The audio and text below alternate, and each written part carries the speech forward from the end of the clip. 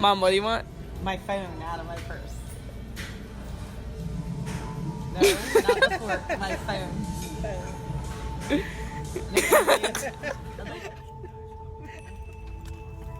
Bobby. Bye.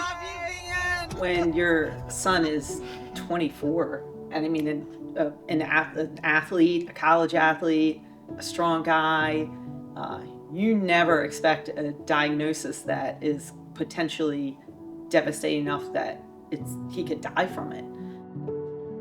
We understood he had cancer. We understood that he was a young man and he was very strong and motivated to beat this cancer. And the journey through this process of chemo and radiation, he had an ablation done, he had more chemo, he had the tumor removed from his pancreas. All this is sometimes spent in the hospital, sometimes was outpatient, but we tried to be as upbeat as possible for him, and he was actually being upbeat and positive for his mom and dad and his sister and his grandmother and grandfather, which friends. Was and friends. So that was a godsend right there. Van was 24. He wasn't somebody that frequently talked anything about God, Jesus, how he felt spiritually. And Van was very adamant that, hey, I'm a guy who hasn't always walked with Jesus. I don't know if I've always believed everything that's been put out there.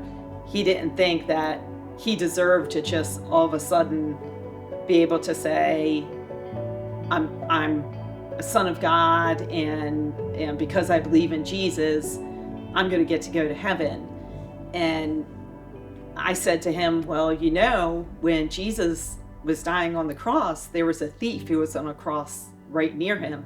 I said, maybe you could ask Ridge a little bit more about that story, because I think that you'll find out that it doesn't really matter when you receive the grace of God, and that none of us are really deserving of it. And he kind of looked at me like didn't really understand, and I knew I didn't have the words at that moment. I mean, I was emotional enough just accepting the fact that he was battling at all. And the gift of having somebody from the church come and have that conversation with him and make him realize that he deserved God's gift, just like we all do, was just such an amazing day for us. He had a conversation with Ridge, and he reached out to me later that day, and he just said, Mom, I just wanted to tell you that you're going to be really happy.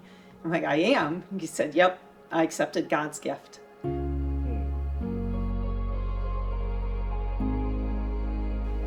Van was scheduled to go into hospice on a Friday morning, and Pastor Nate and Emily stopped by the house. Brought us dinner Thursday night, and I stood up, and Nate and I walked over towards the door to say goodbye, and I looked back, and she's knelt down with her arm around Van and her head down, and had a conversation, and we had no idea what it was, but she finished with Van and came over and explained that she had told him to not be afraid. He was going to be with Jesus.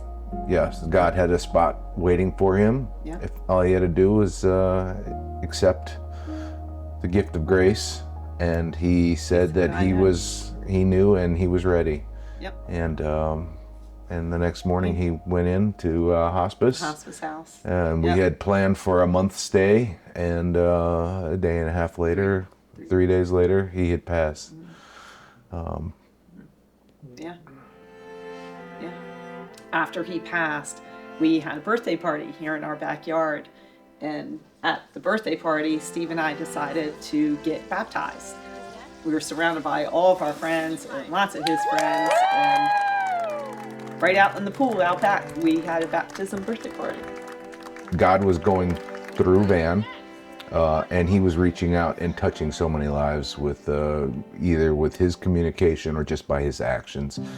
Not one time did I ever hear Van complain. why did this have to happen to me? He accepted it.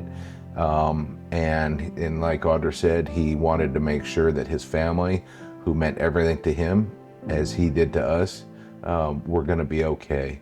And every day I wake up, I wear a piece of him around my neck. I carry his ashes with me every day. And that's what keeps me going every day, is the fact that it'll be a short period of time, and I'll get to give him a big hug up in heaven.